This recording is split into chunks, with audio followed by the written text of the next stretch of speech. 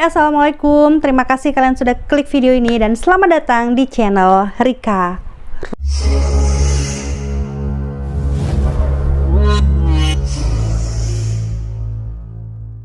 Dan hari ini aku kembali lagi ingin menceritakan kepada kalian tentang sebuah kisah pilu, dimana kisah-kisah yang aku sampaikan ini benar-benar real, nyata ya teman-teman. Jadi aku ambilnya dari berbagai berita di media online. Dan hari ini aku mau cerita kepada kalian tentang sebuah kisah pilu ya, tewasnya seorang janda yang berusia 53 tahun. Dan dia ini dibunuh oleh seseorang yang baru saja dia kenal sekitar 3 hari nih teman-teman. Motifnya adalah si pelaku ini ingin menguasai hartanya korban. Tapi mirisnya di sini adalah pada saat dia sudah berhasil mengambil perhiasan-perhiasan milik korban, ternyata tidak bisa dia jual lantaran perhiasan tersebut adalah imitasi. Nah, bagaimana sih kisah lengkapnya? Yuk kita bahas.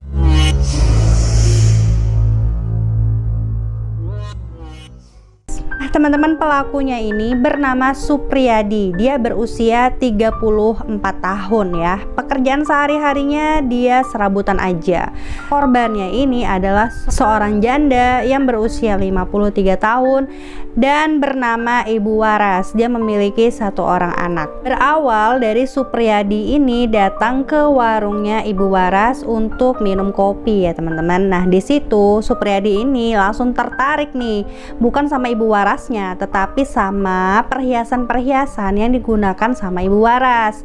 Di situ dia pun akhirnya cerita-cerita dan tahu bahwa Ibu Waras ini adalah seorang janda, dan kemudian dia berusaha untuk selalu merayu Ibu Waras dengan harapan Ibu Waras ini mau menjadi kekasihnya dia nih teman-teman. Setelah dia mengulik-ngulik tentang kehidupannya Ibu Waras ini, terbesitlah dia mulai merencanakan pembunuhan untuk Ibu Waras. Tapi tentu saja Ibu Waras ini tidak menyadari hal itu teman-teman. Nah, kemudian dia pulang. Esokan harinya dia sudah berniat nih teman-teman untuk melakukan pembunuhan ya kepada Ibu Waras ini dengan membawa sebuah besi, sebuah plat besi gitu yang panjangnya sekitar 32 cm. Tapi sayang banget hari itu warungnya Ibu Waras ini ternyata tutup nih teman-teman. Akhirnya dia kembali lagi deh pulang. Dia nggak pantang menyerah ya teman-teman ya. Akhirnya keesokan harinya dia datang lagi ke warungnya Ibu Waras ini dengan tetap membawa senjata yang dia siapkan. Tapi Bu Warasnya ini nggak tahu ya, hari itu warungnya Ibu Waras ini buka dan dia kembali memesan kopi sebelumnya nih teman-teman. Nah, pada saat itu ternyata Ibu Waras ini ngomong sama si pelaku, minta tolong untuk dianterin menagih hutang-hutang para nasabahnya dia. Ternyata selain memiliki warung kopi, Ibu Waras ini juga mempunyai bisnis pinjaman dana gitu ya teman-teman. Jadi semacam rentenir lah seperti itu.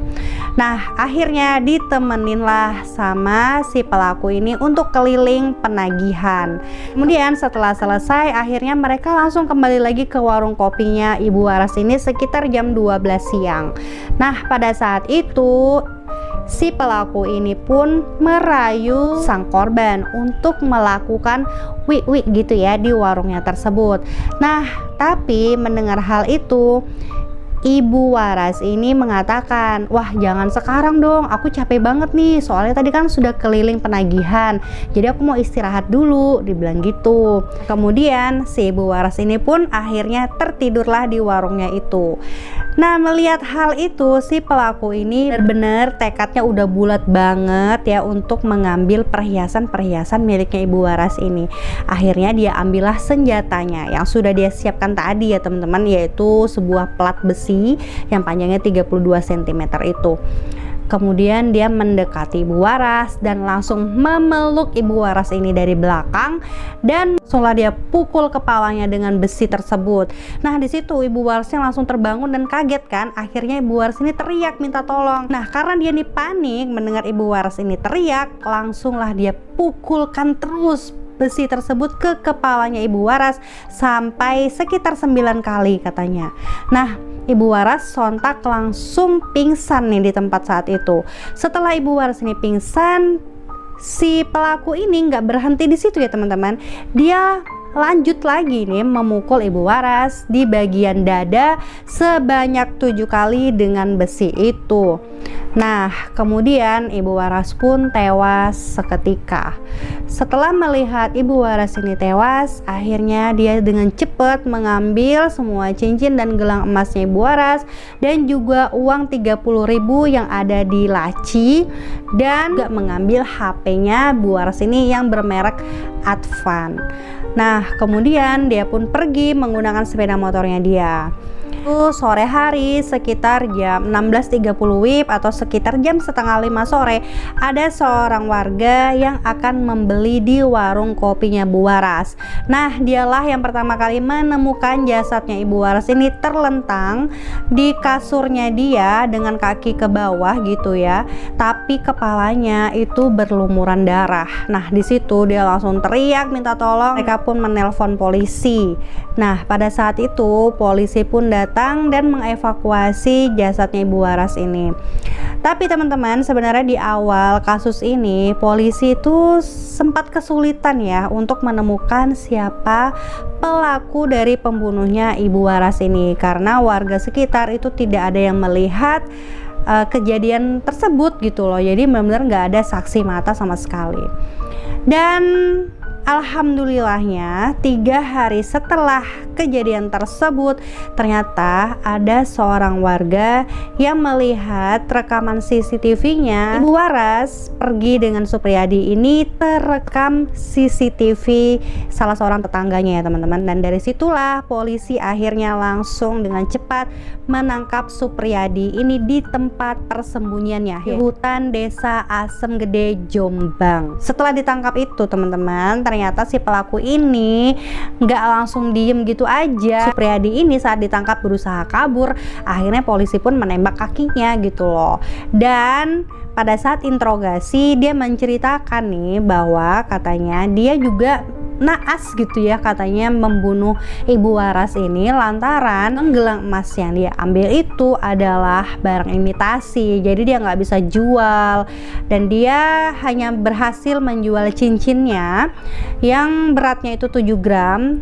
Jadi dia mendapatkan uang sekitar 1,5 juta katanya, yang dia pakai untuk foya-foya dan menyewa wanita malam gitu deh. Bener-bener ya teman-teman, kayaknya cuman karena hawa nafsu pengen foya-foya, pengen minum-minum gitu ya, akhirnya dia malah masuk bui. Dan karena perbuatannya yang sangat-sangat jahat ini ya, bisa dibilang begitu nggak berperi kemanusiaan banget ya, dia terancam hukuman penjara selama 20 tahun. Sampai di sini dulu kisah pilu tentang seorang janda yang berusia 53 tahun ini. Semoga bisa menjadi pembelajaran untuk kita semua ya teman-teman, agar selalu hati-hati dan waspada kepada siapapun, apalagi kepada orang yang baru saja kita kenal. Ya, tidak menutup kemungkinan juga sih orang yang lama atau sahabat kita juga bisa berniat jahat kepada kita. So, pesanku adalah selalu hati-hati dan waspada.